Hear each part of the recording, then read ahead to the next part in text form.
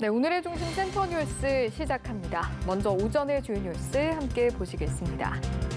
어제 스마트폰을 쓰다가 카카오톡, 네이버처럼 자주 사용하는 앱이 갑자기 멈춰서 당황한 분들 많으실 텐데요. 구글 안드로이드 운영체제를 사용하는 스마트폰에서 애플리케이션이 실행되지 않는 오류가 어제 하루 속출했습니다. 이번 오류는 웹뷰라는 앱이 최근 업데이트 이후 기존 앱과 충돌하면서 일어난 것으로 추정이 됐는데요.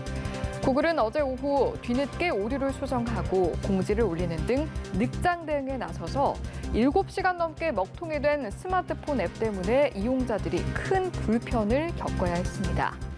스마트폰 고장으로 착각한 이용자들로 제조사 서비스 센터에 긴 줄이 늘어서기도 했고요. 증권이나 금융앱이 멈춰서 손해를 봤다는 이용자도 있었습니다. 그렇다면 이처럼 피해를 본 이용자들은 손해배상을 받을 수 있을까요?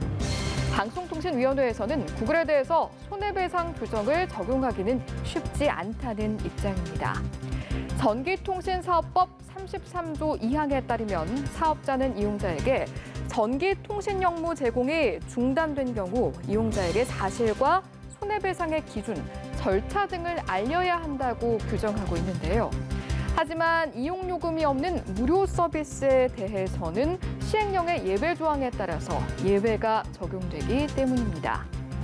방통위 관계자는 구글 안드로이드 역시 무료 운영체제로 손해배상 예외 조항에 해당할 수 있다며 다른 사항에 대해서 추가로 검토하고 있다고 밝혔는데요.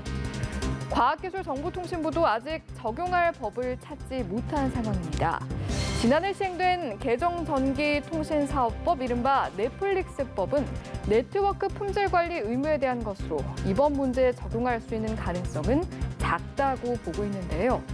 그러면서 법 조항 및 해석을 좀 더 검토 중이라는 입장을 내놨습니다.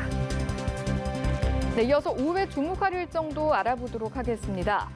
헌정사상 첫 법관 탄핵 심판 재판이 오늘부터 본격적으로 시작됩니다. 헌법재판소는 오늘 오후 2시 임성근 전 부산고법 부장판사의 탄핵 심판 변론 준비 기일을 진행하는데요. 국회 측과 임 전 부장판사 측이 본격적인 변론에 앞서 제출할 증거와 변론 방식 등을 정하는 절차입니다.